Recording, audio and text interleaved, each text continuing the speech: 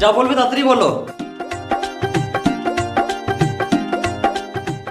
আমরা 3 বন্ধু ঘুরতে যেতাম, কিন্তু এক বন্ধু বলছে যে যাবো না।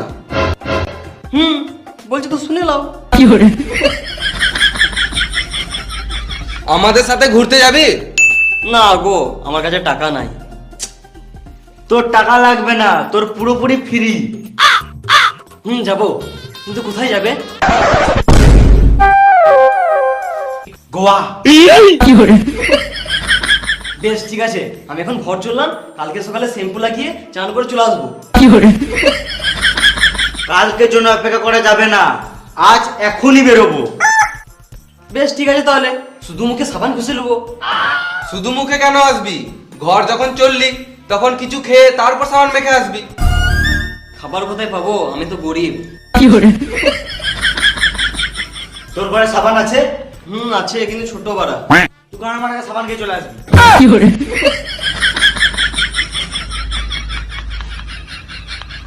বেশ ঠিক আছে, বাড়ি থেকে রেডি হয়ে রাস্তার মোড়ে আসছি।